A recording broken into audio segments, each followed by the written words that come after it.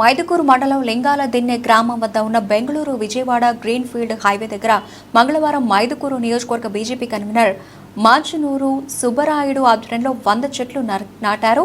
భారతదేశ ప్రధాని నరేంద్ర మోదీ పిలుపు మేరకు తల్లికి వందన కార్యక్రమంలో ముఖ్య అతిథిగా రాయలసీమ జోనల్ ఇన్ఛార్జ్ కర్నాటి ఎల్లారెడ్డి, మైదుకూరు మండల అధ్యక్షుడు రామకృష్ణ, కాజీపేట మండల అధ్యక్షుడు అజయ్ కిషోర్, ఉదయ్ పాల్గొన్నారు.